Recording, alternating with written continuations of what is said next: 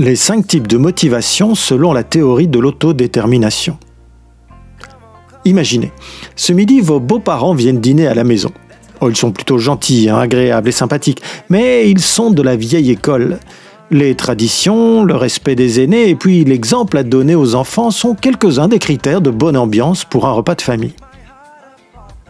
Alors vous êtes encore un peu endormi, vous arrivez doucement dans le salon et là, la vue du désastre vous rappelle l'exceptionnelle soirée que vous avez passée la veille avec vos amis.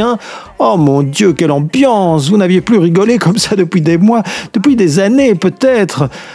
Oui, mais il y en a partout. Des verres vides dans les fauteuils, des bouteilles renversées sur la table, des chips sur le tapis. Oh, ce serait sans doute une bonne idée de ranger tout cela avant l'arrivée de la belle famille. Selon la théorie de l'autodétermination, il y a 5 types de motivation qui peuvent vous inciter à agir.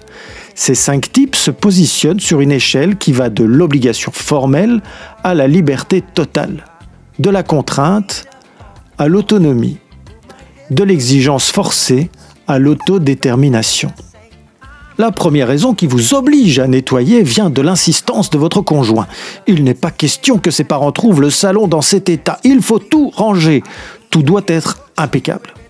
La seconde raison qui vous pousse à ranger vient de votre crainte. La crainte d'être sermonné par vos beaux-parents pendant tout le repas. Et ce n'est pas rangé, et c'est sale partout. Tant qu'à faire, autant éviter ce genre de prise de tête. La troisième raison qui vous stimule est votre conscience ou vos valeurs. On ne laisse pas sa maison dans un tel état, et encore moins lorsque l'on a des invités. Ce n'est pas correct. La quatrième raison qui vous enthousiasme vient de votre plaisir. Le plaisir d'avoir une maison propre et en ordre. Le plaisir et la fierté de montrer la beauté de votre intérieur et l'harmonie que vous y avez apportée. Et enfin, il y a la 5e et la dernière raison, même si ce n'est pas vraiment une raison en fait, c'est le plaisir de ranger pour le plaisir de ranger. C'est un moment pour vous, pendant lequel vous pouvez laisser votre esprit vagabonder. Le temps n'existe plus, le résultat n'a pas d'importance. Seul compte le flow, l'instant présent.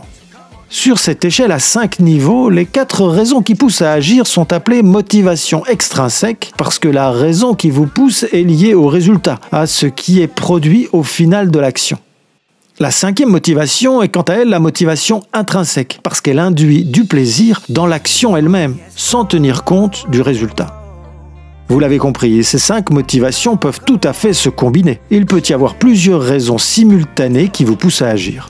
Cette théorie, initiée dans les années 70 par Deci et Ryan, a trouvé sa forme finale au début des années 2000. Mais son évolution a créé des incompréhensions et des erreurs dans l'usage de la motivation intrinsèque, comme si seule la motivation intrinsèque pouvait apporter du plaisir. Et cela pose d'autant plus problème lorsque l'on parle de motivation intrinsèque au travail, puisque le travail exige des résultats.